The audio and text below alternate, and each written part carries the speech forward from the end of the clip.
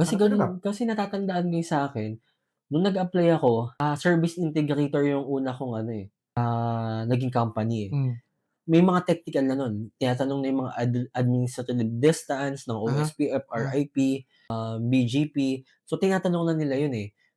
And then, before kasi meron na talaga akong nag-take ako nung hindi Cisco, eh, kasi mahal ang Cisco nun, eh. hmm. Magkano yung Cisco nun na CCNA, 20K, 15K?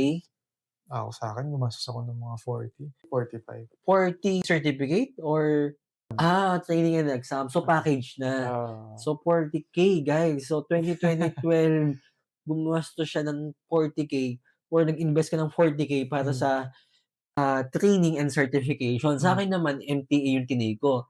Microsoft, technology siya na specifically for networking fundamentals. mhm, So, yung tinarget ko nun kasi mas affordable siya. mhm, Parang that time nasa 3,000 to 4,000 lang siya. mhm, So, hmm, malaking difference. Although meron na akong ano, may bootcamp na ako nun, hmm, pero MTA or yung Microsoft Technology Associate muna yung kinuha ko for networking fundamentals. hmm, And then yun yung nilagay ko sa profile ko para at least may background na ako sa networking na, hmm, may background ka na sa networking na nag-training ka hmm. or pinursue mo